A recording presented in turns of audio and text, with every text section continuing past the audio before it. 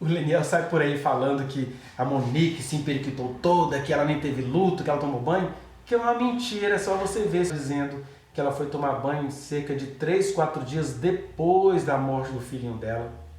Porque realmente uma pessoa que perdeu o filho perde o prazer de viver, quanto mais o prazer de tomar banho. Porque estava lá, ela ficou mais de 3 dias sem tomar banho, tá todo no depoimento dela, assista aí depois que eu acabar essa minha falação. Ela ficou tão tensa que ela roía as unhas dela, chegando a sangrar os dedos, está no relato dela. Ela ficou dias sem se alimentar, porque o desgosto é tão grande que você quer ir junto. E ela ficou com isso tudo junto, esgotadíssima, desorientadíssima, e no meio disso tudo, sendo medicada pelo seu companheiro, no qual naquele momento ela confiava nele. Então, senhor Leniel, não foi só o senhor que ficou em situação depressiva aguda, não. A sua ex-esposa também ficou. Para de ficar falando a metade da história e outras mentiras contra a sua ex-esposa. Eu estava muito abalada, estava sem comer, estava sem tomar banho, desde domingo, desde o dia anterior à morte do meu filho, né, que eu fui deitar. Acho que eu estava com a mesma roupa, eu não tinha roupa em Bangu, não tinha nada. E aí minha mãe marcou o velório, marcou o enterro para tarde. Eu estava sem cabeça nenhuma, minha mãe que estava me ajudando em tudo, fazendo tudo para mim. Quarta-feira de manhã, dormi na casa do Jairinho na terça-feira à noite, e eu andando para um lado e para o outro. Eu acho que eu estava com síndrome, estava com alguma coisa, um ataque de ansiedade, eu não sei, que eu não parava de andar.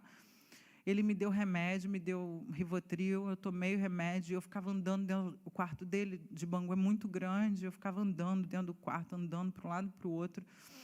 Me deu um nervoso, comecei a comer todos os dedos, eu comia todo o canto dos dedos, de tanto que sangrava.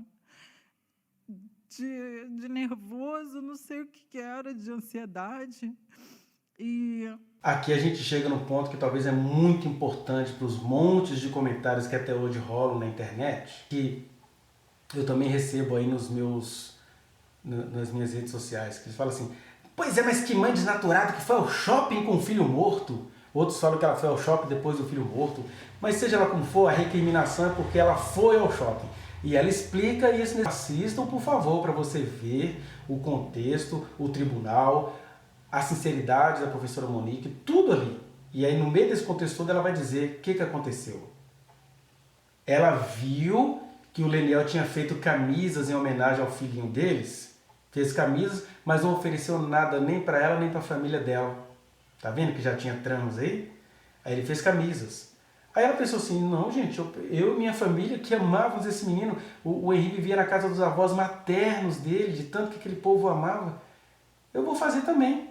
E aí o que ela foi? Ela descobriu que no shopping tinha um lugar que essas camisas eram feitas entre 1 e 2 horas de intervalo. E ela foi lá, encomendou essas camisas com os dizeres de uma música evangélica, né? E enquanto se fazia a camisa, ela estava lá no shopping para fazer a camisa para homenagear o seu filhinho, que ela não sabia nem que ele tinha sido assassinado e nem que o principal suspeito era o seu então companheiro. Ela não sabia dessas coisas.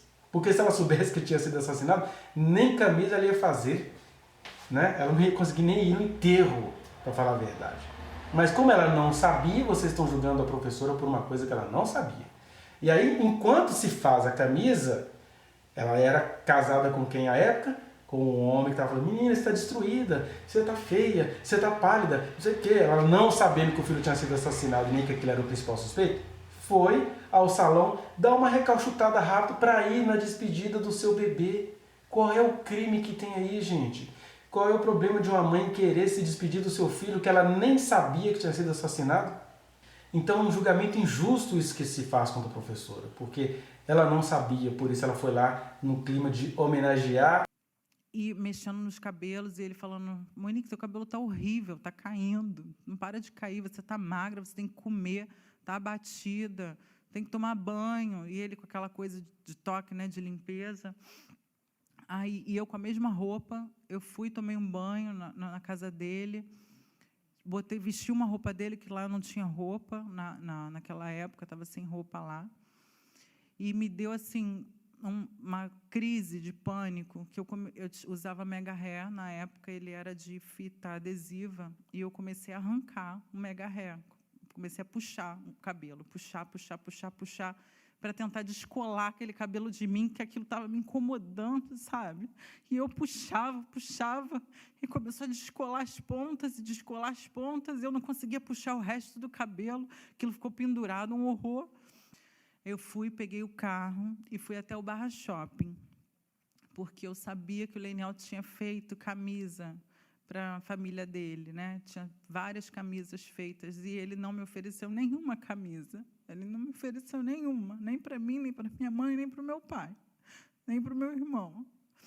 E aí eu falei assim, eu também quero fazer camisa para o Henri. E aí eu fui para o Barra Shopping, eu sabia que no quiosque da reserva do Barra Shopping faz camisa na hora. E aí eu fui pedir para fazer no Reserva, que é uma loja, um quiosque no meio do shopping, com alguns dizeres, que era uma letra de um louvor que eu e o Henri, a gente escutava no carro de vez em quando, que a blusa é: e nada vai ocupar o seu lugar em mim, e ninguém pode ocupar o meu lugar em ti. Amor eterno, eu botei mamãe orgulhosa, vovó orgulhosa, vovô orgulhoso, titia orgulhosa. Nisso, demorava uns 1 hora, mais ou menos, para a blusa ficar pronta.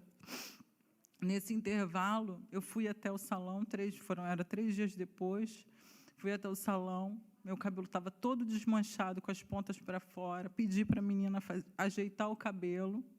Foi o tempo das blusas ficarem prontas, eu pegar as blusas e voltar para casa. Quando voltei para casa, minha mãe estava preocupada comigo, porque eu tinha desligado o telefone, e ela e minha cunhada, e o Jairinho foi até lá buscar a gente, para levar a gente para o velório.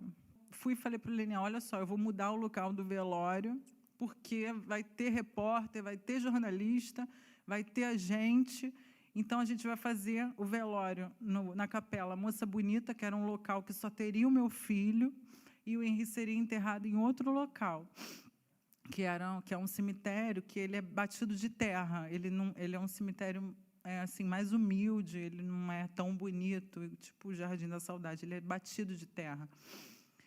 E aí, falei, então a gente vai fazer dessa forma, o Henri a gente vai fazer o velório em um lugar, que vai ser só nossa família, só os nossos amigos, e aí o enterro vai ser lá no cemitério da minha família, onde eles têm jazigo. E assim foi feito. E esse dia, eu acho que esse dia foi o dia mais triste de toda a minha vida. Eu acho que foi pior do que receber a notícia. Foi assim, foi o dia mais que eu não desejo para o pior inimigo. Eu cheguei, Leniel disse que foi uma entrada triunfal, mas eu não via nada, eu não via ninguém, eu não enxergava ninguém. As pessoas vinham falar comigo, eu não sabia nem quem estava falando comigo. Cheguei e vi meu filho dentro do caixão, caixãozinho pequenininho, branco, cheio de flor, todo cheio de florzinha, com a roupa nova que ele nunca tinha usado, não teve oportunidade de usar, deitado lá. E foi muito ruim ver meu filho lá naquele caixão, tão pequenininho. Foi muito ruim. A Leniel veio, chegou um pastor, chegou um padre para fazer oração. A Leniel chamou um pastor da igreja dele. Eu cheguei, minha mãe pegou o padre da nossa igreja, que é a paróquia São Sebastião e Santa Cecília, lá de Bangu. E eles começaram a falar, mas nenhuma palavra servia de consolo. Nada servia de consolo. E Leniel ainda discursou, Leniel falou, me agradeceu por eu ter sido uma boa mãe para o Henri. Ele me abraçou, pediu um abraço, agradeceu a minha família. Ele foi muito respeitoso. A família dele falou comigo. A gente se cumprimentou, foi tudo bem. E eu fui, li a história da Árvore dos Sapatos para o Henri pela última vez, no caixão. E depois foram levar o Henri para o cemitério. E aí teve o translado até o cemitério. Chegamos lá, Leniel pediu de novo para o Henri ficar numa lápide, para ele fazer uma outra oração. Leniel fez outra oração junto com o pastor.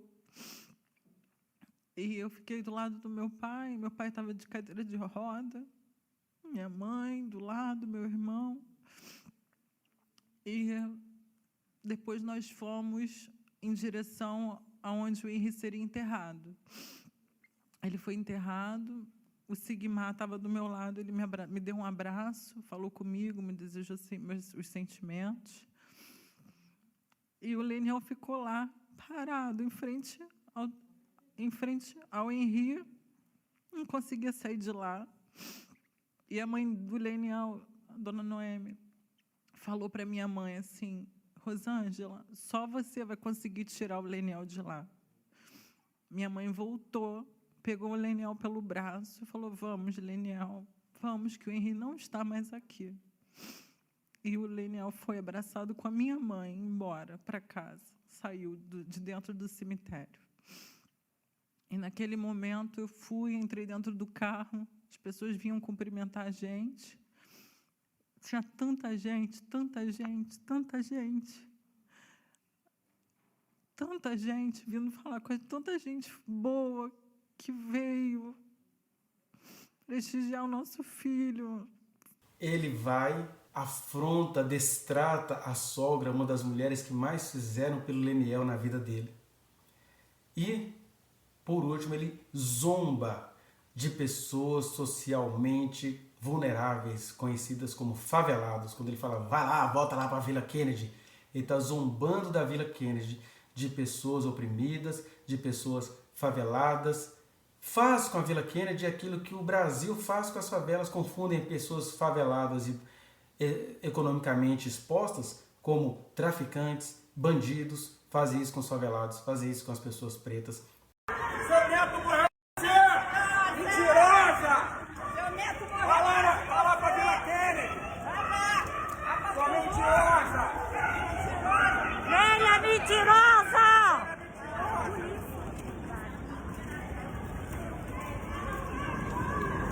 Vai lá pra Vila Kennedy! Vai lá pra Vila Kennedy! Vai lá pra Vila Kennedy! Vai lá! Esse é o Leniel, daí que ele emerge. E aí, gente, infelizmente, para a gente mostrar a inocência da professora Monique, a gente está tendo de fazer esse contraponto desse homem que está por aí de lugar em lugar chorando, dando entrevistas, falando mentiras, mas destratando moradores da Vila Kennedy. E aí eu mostrei para que você entenda os contextos do que ela está falando. Ela estava ali sendo sincera à juíza. É interessante que a professora Monique, ela respondeu todas as perguntas. A gente ainda vai chegar na parte do depoimento dela, onde ela vai responder as perguntas do promotor. Ela não se esquivou de nada. Ela só teve que parar quando a Sâmia Massari veio de maneira estrategista para desqualificar o depoimento dela, trazendo uma conversa pela metade, que foi uma conversa que ela teve com a prima dela, pediatra. Aí eu falei, caramba, olha o que o Leniel está fazendo.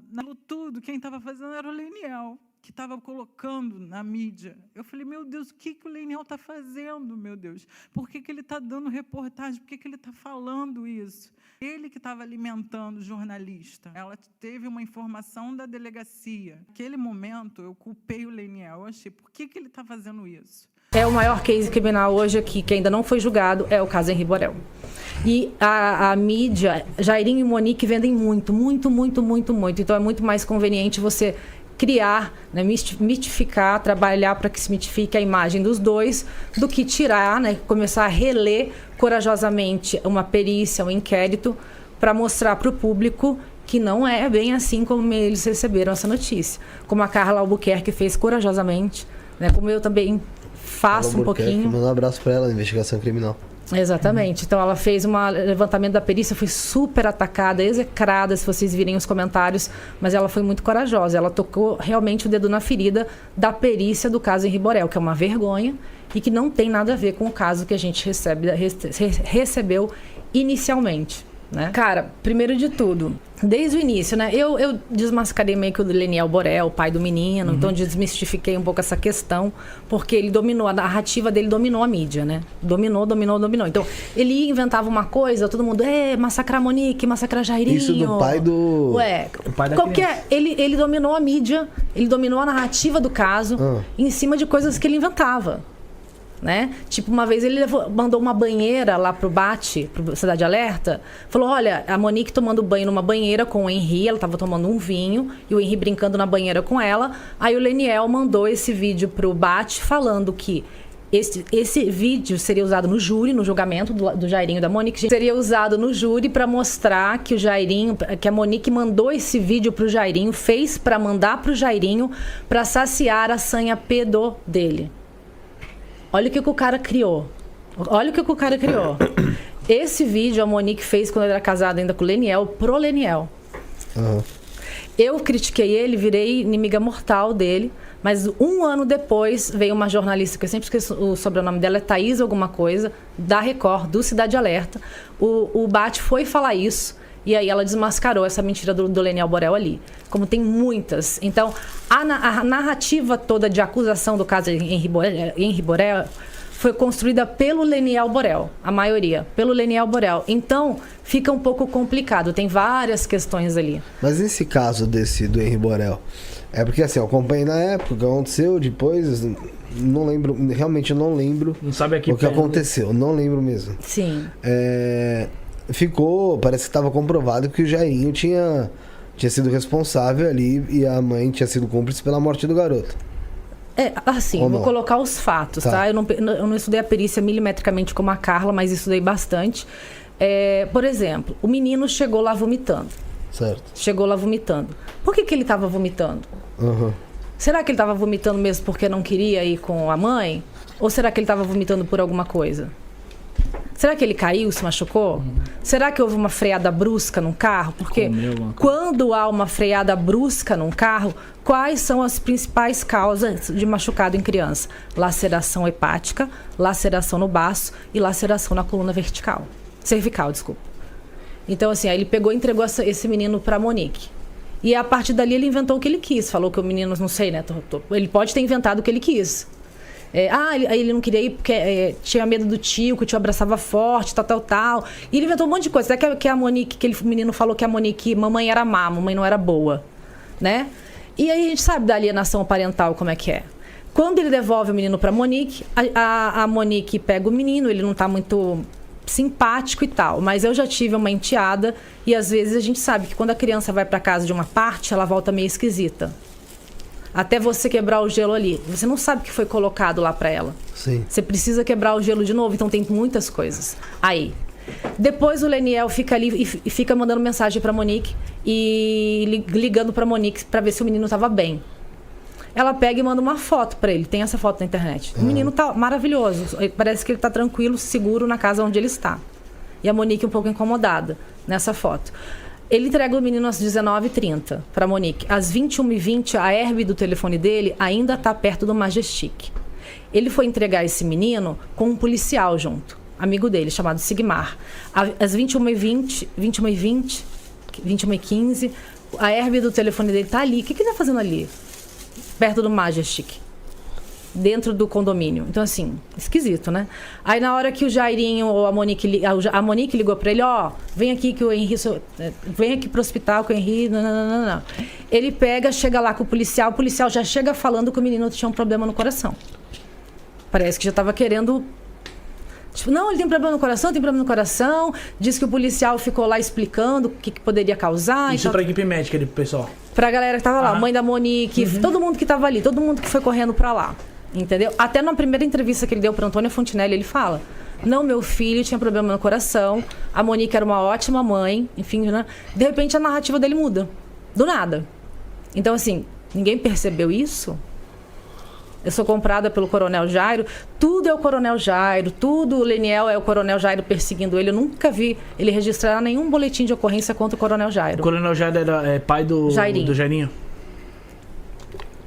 É pai do Jairinho. E a gente sabe, a Carla também confessou isso, que o Leniel sempre... ele sempre ficou em cima da gente, da imprensa, para que a gente desse a notícia que ele quer, como ele queria que fosse. Eu ligava, no caso eu trabalhava com uma outra pessoa, para essa outra pessoa, e ficava em cima, quase que diariamente. Para vocês publicarem o que ele queria que vocês... Ah, você não falou assim, você falou de uma certa forma, o promotor do caso não gostou, tipo, nem sei se era verdade. Isso já dava um ranço. E também o comportamento dele nos bastidores, uma semana depois do crime, no escritório de um advogado. Eu já fiquei chocada. Com a visão de comercialização da situação. Então, assim, são coisas que o público não sabe, o público não vê. Aí o público vem, mas a mensagem da babá, o menino tava mancando, ele de fato... Sabe quanto tempo que o menino ficou dentro daquele quarto com o cara? Eu acho que foi 30 segundos. Sabe se esse Leniel não fazia alienação parental em cima da Monique? Sabe se a Monique não vivia tensa, tacando terror na babá e na empregada? Tem tanta coisa que pode acontecer. Nossa. Tanta coisa. Uma hora ele fala que o menino chegou morto em rigidez cadavérica. Já tudo duro já. Quando você chega em rigidez cadavérica, você tá morto. E você não vai fazer 2 horas de reanimação numa pessoa com rigidez cadavérica. E já tem um tempinho ali que a pessoa teve esse falecimento. E você tá entendendo? Então, assim... ou é uma coisa ou é outra. Então, cada hora ele fala uma coisa, mas ele ganhou a prerrogativa da verdade absoluta do caso. Ele virou tipo um herói, o pai do Brasil. Então, tudo que ele falava, onde ele ia, é verdade. Vamos falar mais. Agora... Eu lembro até esse ponto aí do caso. Agora a Monique segurou o menino pro Jairinho bater. Tipo, aí o povo, aplaude. Então, qualquer coisa que esse cara falasse era prerrogativa da verdade. E eu sou uma pessoa, assim, desculpa, gente, mas eu não tô nem aí se vão atacar, se não vão atacar. Mas eu acho que o caso tem que ser revisto, o caso tem que ser reinvestigado. Porque existe omissão de 2 partes e um crime não solucionado. Não ficou comprovado que Jairinho e Monique mataram Henri dentro da perícia. Não ficou comprovado. O que ficou comprovado é que o menino teve laceração hepática por ação contundente. E por que eles estão presos se não foi comprovado? Qual o motivo, qual que é a razão que então dá para eles estarem presos? O Ministério Público acolheu a denúncia e achou que foi suficiente. Mas por trás disso existem muitas outras coisas que... eu não vou falar aqui agora, eu acho que não... Mas muitas outras coisas dentro da delegacia, dentro de promoção, que eu vou trazer no canal proximamente também. Porque realmente, você trazendo esses fatos, a gente que a gente conhece o caso como superficial, gera uma dúvida na nossa cabeça. Realmente. O primeiro advogado foi péssimo, tanto que foi indiciado também, cometeu crime, né? Porque... Foi muito ruim mesmo. Mas quando o caso ganha mídia assim, igual o caso Amanda Knox também na Itália, não sei se já ouviram falar. Não, isso aí não. Amanda Knox e Raffaele Soletti. Então, eu entrevistei ele e o caso dele também é o mesmo caso de um delegado que queria se promover, né? Lá. Que já tinha feito uma M num outro caso anterior. E aí, tipo, a Amanda e o Rafael participaram. Casal de loiro, rico, um americano e um italiano. Os dois maravilhosos, vende muito, gente, vende muito isso. Então, Jairinho e Monique psicopatas vende muito mais do que Jairinho e Monique inocente. Não tô falando que o Jairinho é inocente, não, tá? Porque eu não tava lá dentro pra ver. Mas eu tô falando que esse caso não deveria ter seguido essa linha de raciocínio. Precisava ser mais abrangente. E muita gente agora vai me atacar, vai falar que horror, tal. Não é estudar perícia. Posso jogar a perícia para vocês lá no Telegram, quem quiser, e a pessoa investigue por si, né? Mas, assim, esse caso, Amanda Knox, por exemplo, onde a menina morreu, a Meredith, que era a vítima, não tinha nenhuma a impressão digital da Amanda e do Rafael. O Ministério Público acolheu, eles foram presos, condenados, inocentados, condenados de novo, inocentados de novo. Tipo, uma situação... Vou falando no popular aqui, tá, gente? Claro, ninguém é inocentado depois... Não, é uma forma de dizer. E o delegado não engoliu, não fez meia-culpa, mas assim, como é que eles mataram a moça dentro de um quarto onde não tem nenhuma impressão digital deles? Não tem nenhum registro deles? Nada. Loucura. Tem de um cara lá, um africano, ele foi preso, ficou 16 anos preso e foi solto. Deles não tem nada. Então, por que insistir nisso? Ficou tão mediatizado que até hoje as pessoas querem que eles tenham matado a menina. Vá no link que está aqui na descrição e acesse a reflexão na íntegra. Não se esqueça de dar o like nesse trechinho de vídeo, compartilhá-lo e se inscrever neste canal, apertar o sininho para você receber as notificações. Muito obrigado.